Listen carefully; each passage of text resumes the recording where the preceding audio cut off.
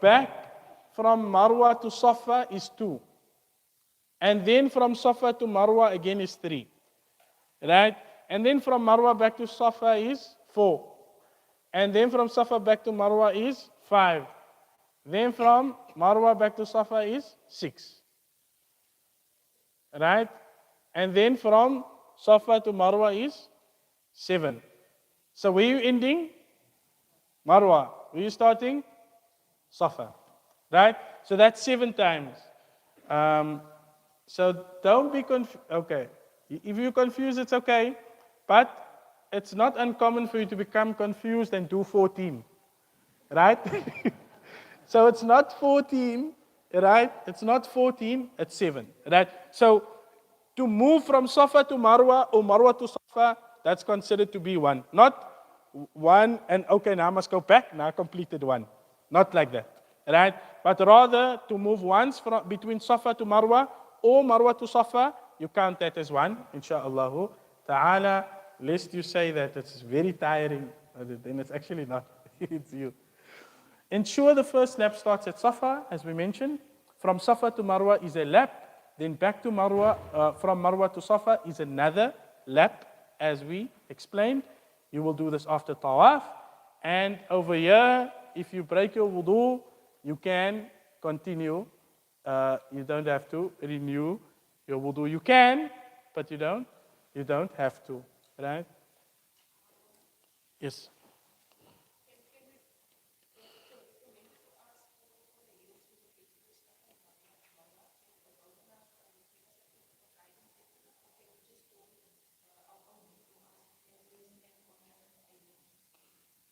What do you mean by can I give you guidance? Means can I explain to you them to you now, or can I do it for you there?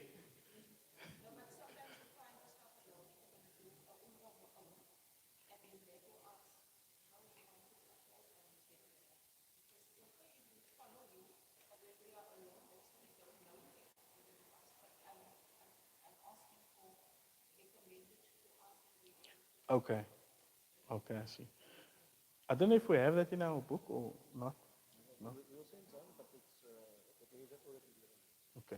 So as we mentioned, what we haven't mentioned means that it's not a requirement, but obviously it will be sunnah for you to recite certain du'as. They are found to be in the sunnah of the Prophet sallallahu alaihi wasallam.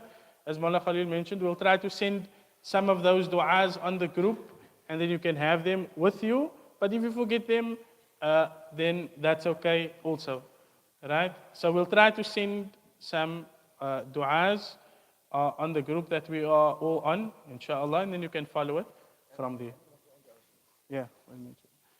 And yes, you can make your own.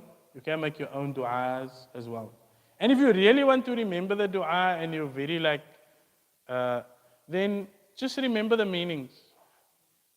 Remember the meanings, not the words in English, because then you're stuck with another memory.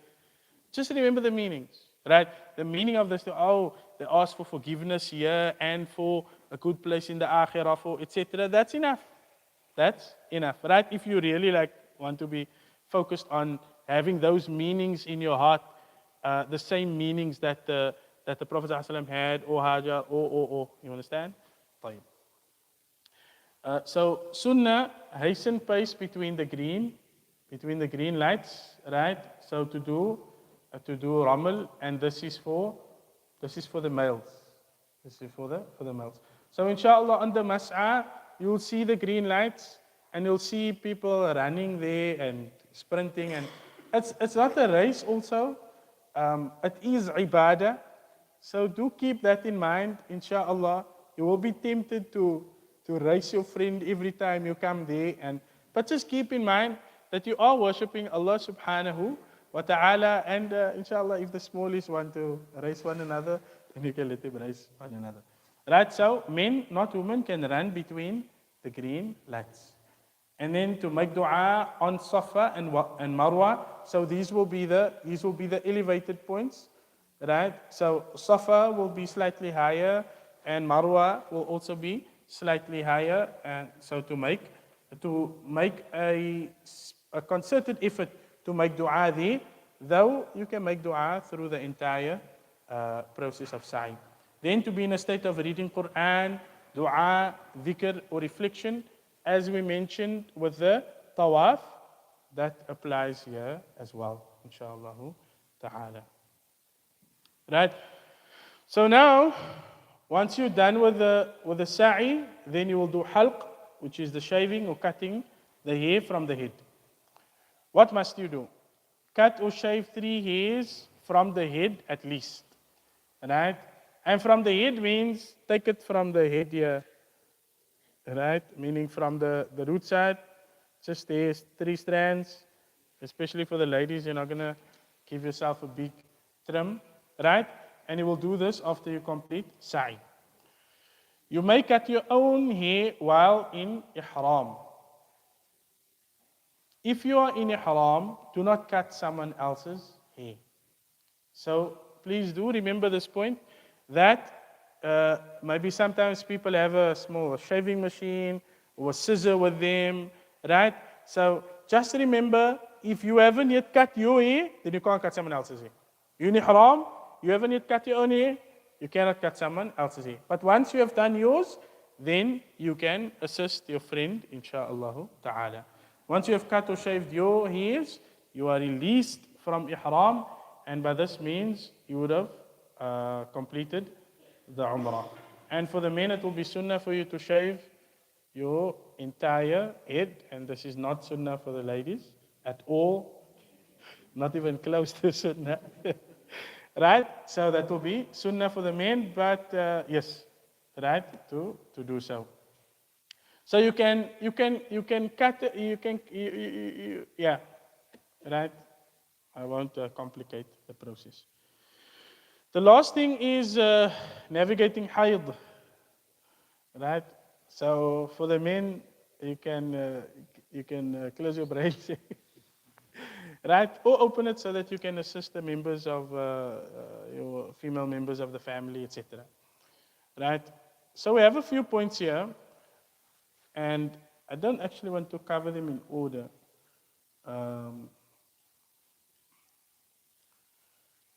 So scenario 1, hayd when entering Mecca.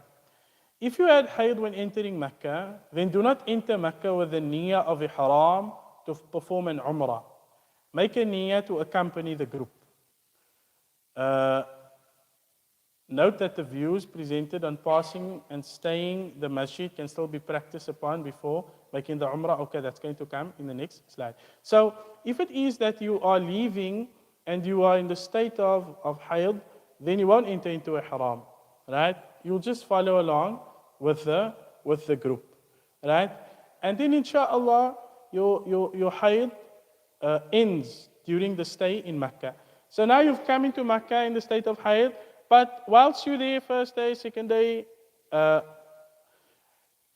or any day before you are leaving, right, your hayd ends. So what will you do? You will go to the miqat. The miqat is at Masjid Aisha, and once there, you will make the intention of ihram and perform umrah, right? And the logistics around this, inshallah, I think it's simple. You can take a taxi there. Sometimes people go together, right? In fact, it's always best to go together with someone. But if not, you can just catch a taxi, tell them that you want to go to Masjid Aisha, and they'll take you there and they'll know exactly what you want to do, right? And you'll be able to get a vehicle back to the haram also, right? Is this point clear to everyone? Okay. Then, I'm going to skip scenario 3 for now. I'll get back to that, and then I'm going to go to scenario 4. Clean when entering Mecca, but hayd occurs during Umrah. Okay, they say here, consult a scholar directly. To create ease, make the intention of ihram for Umrah as long as no prevention occurs. Right? So you will remember when we spoke about the intention for Umrah, that one also intends that I intend to perform Umrah and I enter into ihram for the sake of Allah as long as I am not prevented. If I am prevented, then I am free wherever I am. Then I am free wherever I am. So if you make this intention, inshallah, then you may, if you're in the masjid, then you may just exit the masjid, right? And if you get the opportunity to perform ihram before you leave Makkah again, then you just follow step number or scenario number 3 again. Or if you're confused, and then you can come to one of the mawali to gain some clarity on that. Is this point clear to everyone? Scenario number 5, bleeding for more than 10 or 15 days and clean after intervals during periods. Okay, so there are 2 points in here. The Shafi'i madhab considers any bleeding of more than 15 days to be istihada. So you all know what istihada is? Is there anyone that doesn't know what istihada is and the experience menses? No, excellent. So if you're in istihada, then you may perform umrah. You may perform a umrah, right? So what you would normally do to do salah and go to the masjid during istihada in terms of making sure that you won't sully the masjid and you know better how to do that, right? Then you can perform a umrah as normal because you're not actually in a state of hayd, right? So that's if you are bleeding for more than 15 days. The Hanafi madhab considers any bleeding of more than 10 days to be istihada, right? So as you know, normally you should have, well, not you should, generally you will have between 5 or 7 days of bleeding, right? If it is that you are in hayd and you reach up to day 10, right? And now you're bleeding into the 11th day, right? But if you continue to 15, then you'll miss Umrah completely. So you could practice on the view of the Hanafi school in this regard and consider yourself to be in istihada after these 10 days and apply the same discussion that we mentioned previously. Is that understood? Okay. So I'll just complete the note. Istihada means the woman has ended hayd and can perform umrah if she cleans herself immediately before the umrah. Either the Shafi'i or the Hanafi view can be adopted for ease, right? And over here, as we mentioned in the intentions, that the spirit of the umrah and the hajj is to take the dispensations. Wherever there is a mas'ala that is valid, which you can practice, then you should feel comfortable to practice it, insha'Allah ta'ala. Finally, the Maliki madhab considers clean intervals during the hayd period to be clean periods, and umrah can be performed during these in-between clean periods, right? So this means that if you at the end of your, not if you're at the end of your hayd, but generally this will apply if you're at the end of your hayd, and so now you don't have a continuous flow, or maybe you just spotting after every few hours or so, then the clean periods in between the spotting, according to the Maliki school, is not considered hayd. This is considered to be tuhur. It's considered to be an actual clean period. So in this sense, if your bleeding is such that you're not having a continuous flow, but rather you're spotting every few hours, such that you actually have a period of a few hours, right? Or I'm just saying a few hours because it could take you that long to do a umrah, right? So this clean period, in that clean period, you could perform a umrah. So what does that mean? That means that in this time of not spotting, can you fit in going to being in your ihram, which is simple, going to Masjid Aisha, to the miqat, right? Going to the haram, doing your umrah and finish. So that by the time you finish, you didn't spot yet. You understand that? So you will know better. You will know better in terms of if that applies to you or not in terms of your norm, insha'Allah ta'ala. Right? And then scenario number 3. Let me see, the, the, um, to do with the inhale. Okay. So there is a last scenario, inshallah, and you can just ignore it. But it says there, your haid does not end during your stay in Makkah, right? So what happens if in all the time you're experiencing very normal continuous bleeding and there's no opportunity and now you're on the last day, inshallah, if that happens to you, and then you can consult one of the scholars directly, inshallah, and they can phone.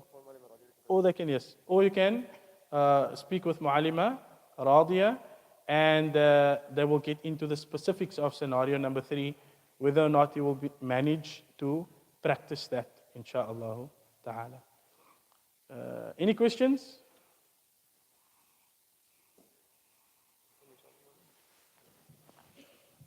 Also, just a note that if you do get haid blockers, you can take, but just consult the doctor for that, inshallah. So the medication to stop your haid, but you only get good advice. It stops without haid. So the last thing is, we'll just move through these points quickly. Passing through the haram while in hayd. So scenario 1, hayd while in Makkah or Medina, the Shafi'i madhab allows passing through the haram if you have some need on the other side, right? So that means that you're entering through one entrance and you're exiting through a different entrance, right? And then you make an intention to buy something or meet someone on the other side. For that, it will be permissible for you to walk through, right? It will be permissible for you to walk through. So you're going there around the back of the haram and you're coming through and you're going there to the towers, right? And you're going to go get some hajat there, some things that you want to buy, and you're passing by and you happen to see the Kaaba, right? MashaAllah, no problem. Right? No problem. The next point, staying in the haram or the masjid. So this means now you're not walking through, you're sitting down to do something like ibadah or dhikr or. Scenario number 1, staying in the masjid or the haram during hayd. The 4 madhabs in general do not allow a woman in hayd to stay in the masjid or the haram, right? So staying here means now you're going to sit down to do some dhikr or dua or anything of the like. So here are some alternate views. Sheikh Yusuf al-Qaradawi was considered to be a mujtahid by many scholars, right? And I think Mu'ata considered him that way also. And Egypt's Darul Ifta and some other scholars permit a woman in hayd to stay in the masjid, right? So this is a position of some contemporary scholars. And to be honest, Sheikh Yusuf al-Qaradawi is like he's a alim fadh. He's not like some fringe person that's giving some opinions about the Sharia, but he's probably like one of the most well-trained scholars of his time. So women can choose to practice on the view of the 4 madahib if they feel more comfortable doing so, or they may choose to practice upon the view of Sheikh Yusuf al-Qaradawi and others according to their contemporary fatwa as mentioned, right? And then a last note, staying on the outside tiled haram areas during hayd. It is permissible for women in hayd to sit on the tiled area outside the masjid walls in Mecca and Medina, including the area within the fencing of Medina or the haram area. Right? So if you don't know what this is, inshallah, when you get there, you'll know. When you get there, you'll know, inshallah ta'ala. Right? Any questions on that? طيب. Well, oh. What did he say? أنت عاد بيترون جمرات.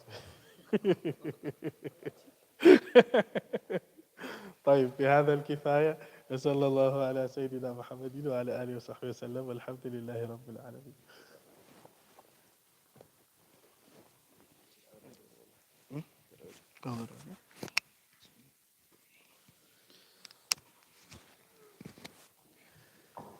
Barakallah, we thank Mullah Yahya. Inshallah, we're at the end of the program, just run through the itinerary, inshallah, with Allah, then we will conclude the program. Just one more thing on the fiqh is that in Cape Town, obviously, we have lots of those Hajj and Umrah books, and they have long du'as there for the first tawaf, second tawaf, and the first sa'i, second sa'i, all of those things. Those du'as are not a requirement for the tawaf, nor a requirement for the sa'i. And while those du'as actually in general, you'll find those du'as from the sunnah in terms of the wording, they're not from the sunnah in terms of the Prophet actually read those du'as in the first tawaf, second tawaf, or the sa'i. They're just general du'as, prophetic du'as, Quran du'as, that the ulama put to keep you busy with du'a in those circulations and up and down.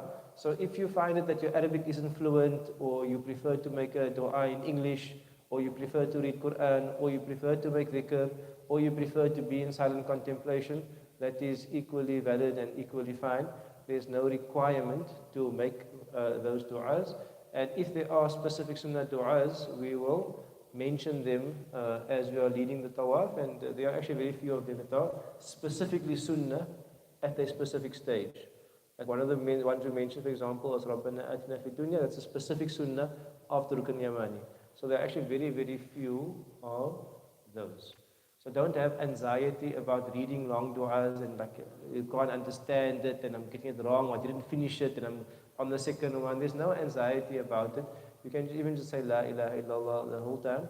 In fact, for the entire Umrah, if you don't utter one word and you have the intentions, your Umrah is valid. So from the beginning to the end, if you said nothing, your Umrah is still valid. So don't have any anxiety that you're going to get it wrong. Inshallah, just enjoy the experience. Don't be preoccupied with getting it wrong, getting it right. Inshallah, you follow the group, you'll be fine. Inshallah. Barakallah. Okay, I just want to speak quickly about the itinerary. We have put together, alhamdulillah, a workbook. You have a copy of the workbook on WhatsApp, so you have a copy of the workbook. The workbook is also for those who prefer a hard copy, and generally it's good to have a hard copy if you're able to, inshallah. It's on sale at the back with Coach, and it's 100 Rand. You can either pay Coach in cash, or you can EFT afterwards if you like. So what are we doing in terms of the program? First of all, the intention behind this is that you're either going to find yourself in the haram or you're going to find yourself in the class. You shouldn't find yourself in the mall or shopping too much. If I can give you a recommendation, I would say that you shouldn't shop for more than 3 hours in Mecca and not more than 3 hours in Medina. Even that's a lot. That's 6 hours out of your 12 days. So I'm saying just in your mind, you can't shop for more than, I'm not saying it's not a haram, I'm just saying my nasiha to you is don't be preoccupied by where's the sale and this tuki is nice here and this abaya is nice material here and you're going to fit on tomorrow and fit on the next day, and before you know it, your days will be done. It's very few days, so don't be preoccupied with the shopping. So what we've done instead is that we've given a very, very full and busy program. Alhamdulillah, so I'll run through that program. Number one, there's going to be classes. There's going to be 3 teachers. Mona Yahya, which is presented now, will be doing a class. And it's different times for Makkah and Medina according to the timetable. But he will be doing a reading and explanation about some of the prophetic miracles. So remember, you're going to be in Makkah and Medina where those miracles occurred. And so you will be reading those prophetic miracles with Maulana Yahya, inshallah ta'ala, and the text of that is in the book. And then myself, I will be doing a reading of the seerah, but a focus on the Medina period of the seerah, because last Umrah, if you were there, we did the Makkah period. So now if you're back again, Now I'm going to do the Medina period, inshallah ta'ala. And then the Seerah text is in the book as well. And so the Seerah text serves as pre-reading for you for the course, inshallah. And then Muallima Radia is going to be doing an all-females class, inshallah. And it's going to be from a chapter of a hadith book called Sunan at-Tirmidhi. And she's doing some selection of a hadith from the Kitabu Bir Wasila, the book of righteousness and maintaining good ties. And so she'll be doing a selection of a hadith. We're going to request that all travelers please attend the classes unless your alternative is to go to the haram. You with me? So if you go to the haram, go to the haram. But if you're going to not go to the haram, come to the class. Okay. So we want you to maximize your time, and we've designed the classes so that you get also enough haram time, inshallah. So bismillah. So I'll just go through the program. It will be the similar for both groups because we can double the program up, inshallah. So group 1 is departing on Monday. Please arrive 4 hours before your flight at the airport. Please make sure you have all your documents, your passports, all of those things. Don't come without your passport, and your yellow card and all of those things. Please come with all your documentation. Also importantly, parents traveling with minors, if both parents are not with, you have to have special certified documentation. Please make sure that gets sorted out as well. Then we're going to land there at, both groups are going to land at 2:40 a.m. The one group lands on the Tuesday and the other group lands on the Wednesday. So you land 2:40 a.m. They're going to process you, all of those things. 3:40, maybe 4 a.m. Going to get your luggage to maybe 4:30. Then you're going to get on the bus. Then you're going to drive maybe an hour to Makkah. Maybe 5:36. You're going to get to Makkah. Get your keys 6:30 maybe.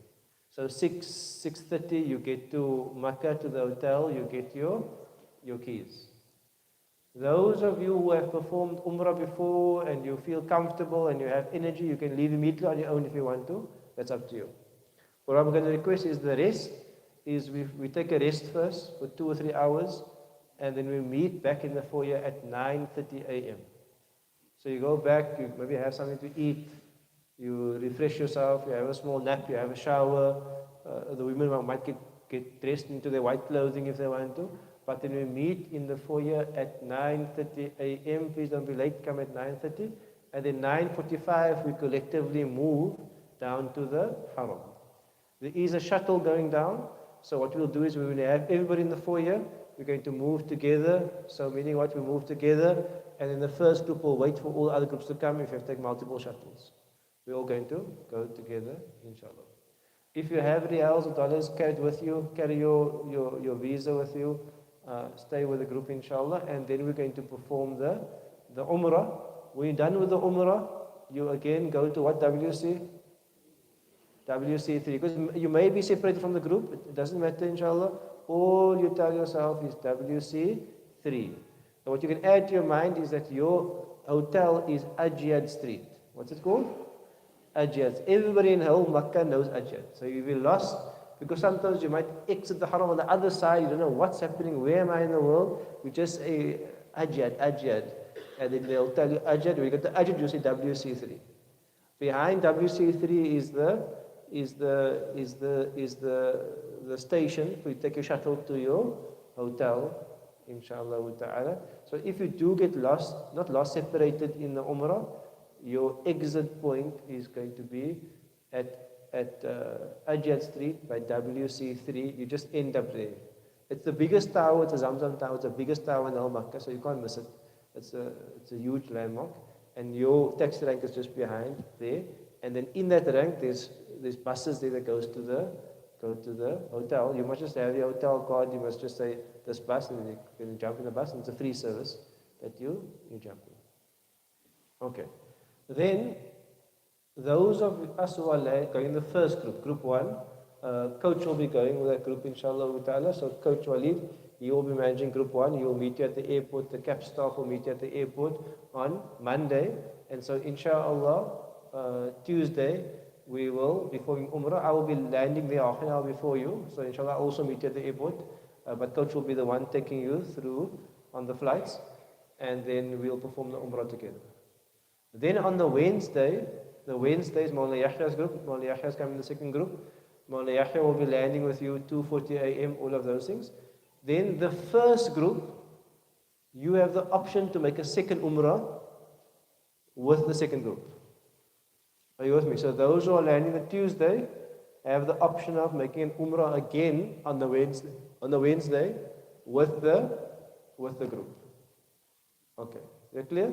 So the second group, you have the same process. Second group comes, you go to the bus, you get to the hotel, and you meet at 9:30 a.m. and you go for Umrah. The same like the first group, but you do yours on Wednesday. But if you are the first group and you're repeating the Umrah, you have to meet at 7:30 because you have to get a taxi to Masjid Aisha, make your intention for Ihram, and then come back again. Remember, because Umrah works from a miqat, from a boundary point. So if you're from the first group and you want to make Umrah with the second group, you must meet earlier. Let's say 7:30. You come dressed in your Ihram, fully dressed in your Ihram, and then you go take a taxi. We'll be there to help, inshallah. We'll take a list and we'll help there. But you have to pay for the taxi, take a taxi. I think it's normally 15, 20 riyals a person, more or less. You go to Masjid Aisha, you can get out there, or you can stay in the taxi, get out there, make 2 rakat sunnah, and get in the taxi again, make your niyyah there, make your labbaik, then you come back to the hotel, and then you meet the group at 9:30. Last time, I think we performed 4 umrahs in 5 days, so if you have energy, bismillah. If you don't have energy, relax, inshallah. If you don't want to perform a second umrah, but you want to come with for tawaf, then you just meet at 9:30, and you go down with the group, and you just join the tawaf part. You with me? Join the tawaf part again, and then when they go for sa'i, you go on your own, you relax, and you come back on your own. So you can join the tawaf part. For the brothers, inshallah ta'ala, if you want to don an umrah, ihram, just for the sake of tawaf, you can do that. It's normally not congestion this time of the year, and so you wouldn't be causing any inconvenience. So you can just come for the tawaf if you want to. But remember that you must wear ihram clothes to get on the matar. Otherwise, they won't allow you in. So you have to put on your ihram clothes. Okay. And then on Wednesday will be our first group session at 11 o'clock, inshallah, we meet. Why 11? Is because we want you to be in the haram Maghrib, Isha time. That's a nice loud salah time. You're going to have supper that time. So spend your 3-4 hours in the haram. And then in the evening, we have a class at 11 o'clock in the salah room at the hotel. So we have a short, not a long class, a short seerah class, and we have a group dhikr and some du'as, just to keep the spirit of everybody alive and to keep the hearts together. It's a beautiful experience for us to get together. So 11 p.m., inshallah, we gather for that dhikr. It's about an hour this program, but after we get to bed again. Then in the morning, those of you who are going to go to the haram for Fajr. But most of you won't go, because most of you will be tired, you don't want to get into the shuttle now, all of those things. You can make salah in your room, and the males can make salah in Jamaat, in the hotel. And then after Fajr, Maulana Yahya has his first class on Thursday for both groups on prophetic miracles, inshallah. Then that afternoon, after Dhuhr, Maulana Radia has her class at 1 o'clock on Thursday. Her class will be in the female salah room in the hotel. And then that afternoon, I will have the seerah class at 4 o'clock, inshallah ta'ala. And then after the seerah class, I recommend we go to the haram at 5 o'clock again, get maghrib, get isha there, have supper there, spend the evening there, 3-4 hours in the haram area, inshallah. And again, we have our nasiha, our seerah, actually, I'm going to change this here, seerah and our group dhikr, or nasiha group dhikr at 11 o'clock. Then Friday is Jumu'ah. So Maulana Yahya will have his class again after Fajr, but we're going to have an optional group umrah on the Friday. So 8 a.m., whoever wants to come on umrah again for your second or third umrah, you're going to come. We meet at 7:45. We depart at 8 a.m. We put on our ihram, put everything. We take a taxi to Masjid Aisha, make our niyyah, and then go to the haram, and we perform tawaf. If we do it by that time, By the time Jummah khutbah starts, we'll be on the mas'ah, in the sa'i, so you'll be in the shade. So when Jummah starts, you'll be in the, we did last as well, you'll be in the shade that time, and so you'll get Jummah on the, while you're making sa'i. So you just pause your sa'i, you participate in the Jummah, in the salah and so on, and then you carry on with your sa'i. Or if you finish your sa'i earlier, before the Jummah, you just hang around there, because it's hard to find space Jummah time. Very, very hard, very difficult. So this is our approach, inshallah, for those who would like to. And those who don't want to go on the Umrah, you can come for Tawaf. Or if you don't want to come for Tawaf, I would recommend you leave at least at 10 a.m., if not 9:30, for Jummah. Because it's difficult to find space. And take an umbrella with, take something with, take a mat with also, you might be outside for that time. There's no Dhuhr and Asr class on that day because it's a hectic day, because you maybe had Umrah and you had your Jummah. Touch?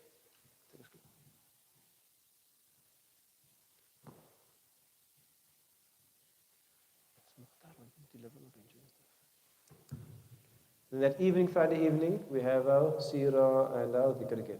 Then Saturday is again after Fajr Mawlana Yahya's class. Then Saturday morning, 7 a.m., we have our bus ziyarah. So we're going to ask that for the bus ziyarah, let us know if you're going, because often those who have been before don't go for the bus ziyarah, but you can go let us know. The bus ziyarah is basically you go to Arafah and you go see there's a market there, you go onto the Mount of Arafah. You can't make Hajj yet, but even though Al-Hajj Arafah, but it's not, you can't make Hajj, but you can go to Arafah and see the place there. We also go past the Jamarats. Where's Rihlah? I can go see the Jamarats as well. You can see the plains of Mina. So that's going to be a morning bus ziyarah, and normally we're back by 12 o'clock. We're back by 12 o'clock. We are trying to find out if we can include a museum visit as part of that, but I will get back to you on that, inshallah ta'ala, because sometimes ziyarah is not so exciting in Makkah. Maybe it's your first time it's exciting, but after your fourth, fifth time, it's not so exciting, inshallah. And then 1610 is a female class. Then that night is an optional Jabal Nur visit. So Jabal Nur visit, you must sign up for it, inshallah. You also have to pay, it's probably going to be about 15 riyals or so a person, 1.5, not 5, 1.5 for the bus. And then it will leave at 9 o'clock, go to Jabal Nur. At Jabal Nur, there's 2 museums there. I think they're about 25 riyals each if you go individually, and in a group 20 riyals each. The Saudis are building lots of museums now to create like more richer experience and less commercial experience. So there's 2 museums there. And then obviously you can also walk up the mountain to the cave of Hira. You can walk up, or you can walk up halfway and all of those things. And then that bus only comes back about 2, 3 a.m. Because the long thing, you must go there, you must drive there, you must go to the hotel, you must go up the mountain, come down the mountain. It's an all-night journey. The next morning, after you come back 3 a.m., your next class is 5:40 a.m. So you can stay awake if you want to, from Yahya's class. And then group 1, you will depart. You will then meet at 6:15 a.m. in the foyer for Tawaf al-Wida, for your farewell Tawaf. The farewell Tawaf is, there's 2 views upon it.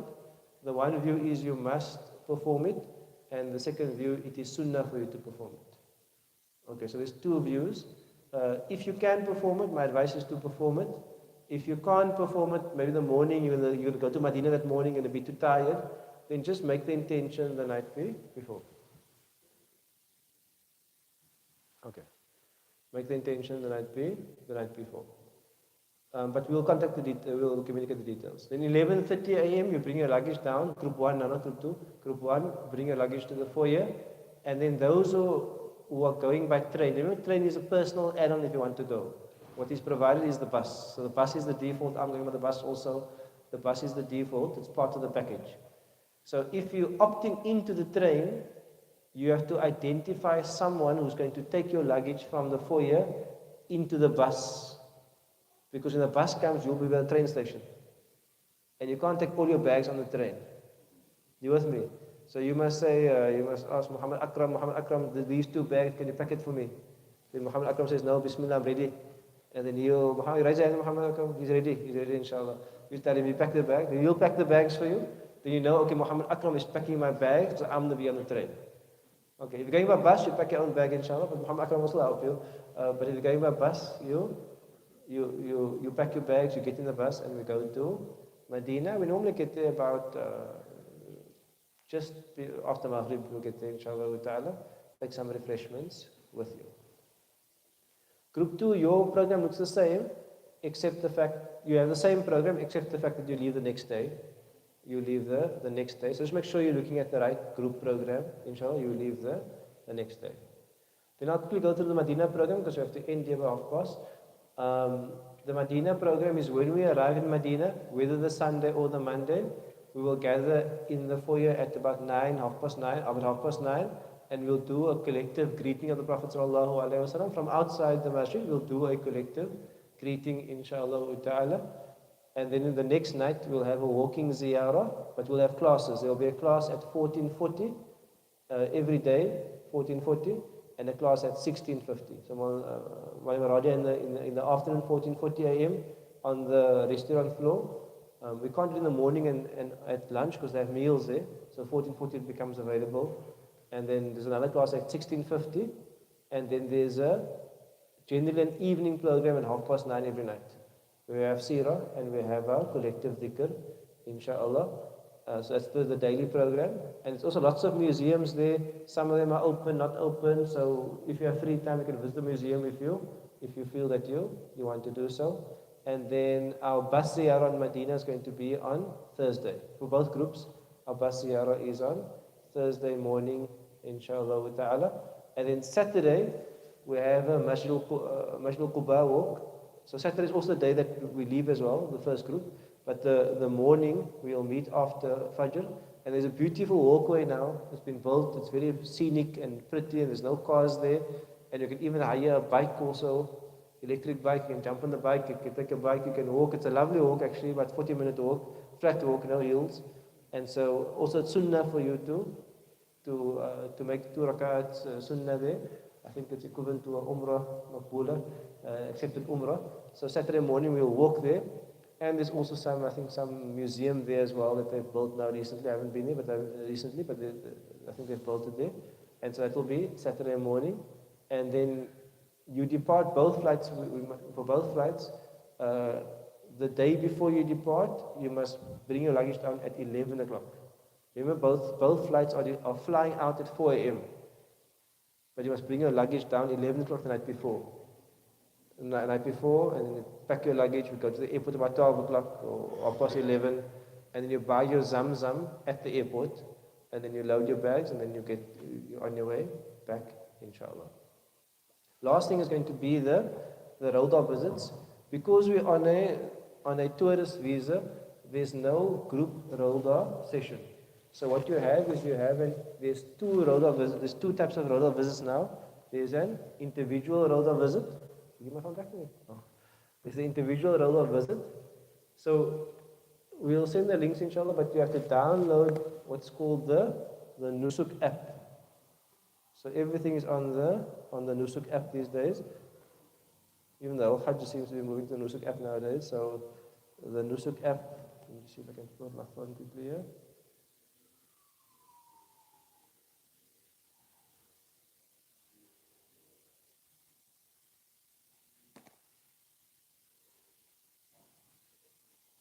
Okay, it's a bit small here, but you can maybe, I just put it on the Nusuk app now. So this is going to be the Nusuk app. And then you're going to see on the Nusuk app, there's going to be a Noble Rauda book permit. The app, you log in with your passport and your email, all of those things. You create an account, international visitor, add your details. Then it says Noble Rauda. You click on it there. Then there's two types of Rauda visits. The one is going to be your normal booking, where you say book, it says Rauda visit for men because I'm a man, it's yours for woman. You click on there and it will give you your schedule. This you can only do once in a year. You can only do it once in a year. You choose your date. But remember, when you choose your date, don't choose a date and time when you'll be on the bus ziyarah. Don't choose, you must think about when you're going to go. So you choose your date, you choose your time, you confirm it, and you choose your booking. You're only allowed one per year. So if you went to Umrah 5 months ago, you can't book another Rihlah visit. Okay, that's the first thing. So you book your Rihlah visit here, inshallah. If you want to coordinate, you must book with your friends together. Sit with your phones together and you book together. It's all booked now because only a certain amount of slots per visit. Then the second type of booking is it's called this instant track. So what happens when you install this app, make sure it allows the app to read your location. It will ask you, do you allow me to read your location? Say yes. So on the instant track, what happens is slots open up like every half an hour.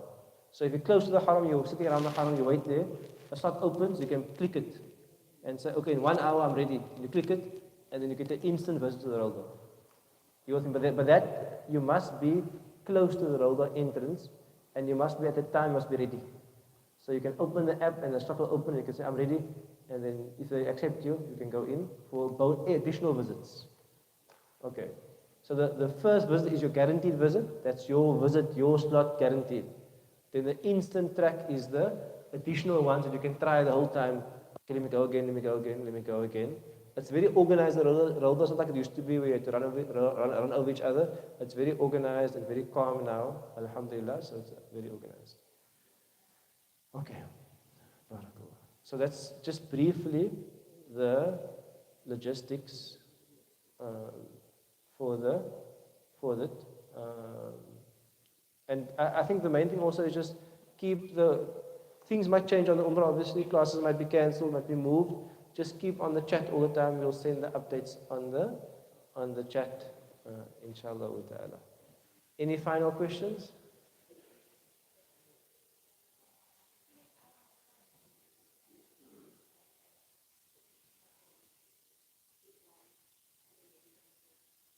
Yes?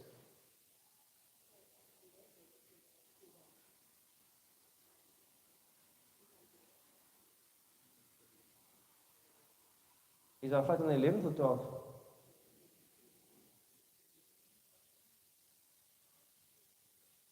Then we won't walk on Saturday. If it's on the 11th, we won't walk on Saturday. But we'll have to reschedule the walk, inshallah. With the Nia of Saturday, we walk another time, inshallah, with that. We need to Yom Sabt, inshallah. No. Okay, barakallah. So I'll update this, inshallah, and send it to everybody. Any other questions? Let's see if it happened to me alone. No. Okay. Barakallah, bless, inshallah. So we'll see you all. I'm leaving Monday. I'm going somewhere else first. But I'll see you all at Jeddah Airport, inshallah. But on the airport, coach will be there. Mawlana Yahya will be there for his group.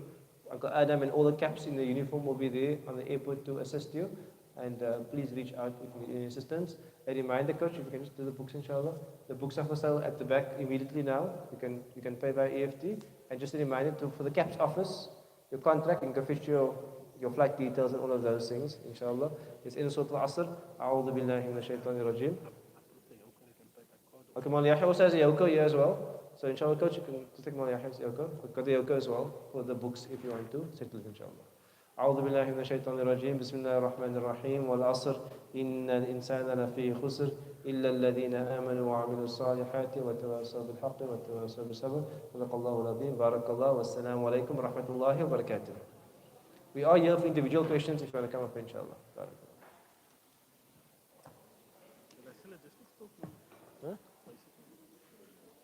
Yeah, I think it was on the first one. But I'm thinking no extra. I mean, for us. Yeah, so I think for us, the only other thing was just it was just the tips. That was the one thing. Because last time we just.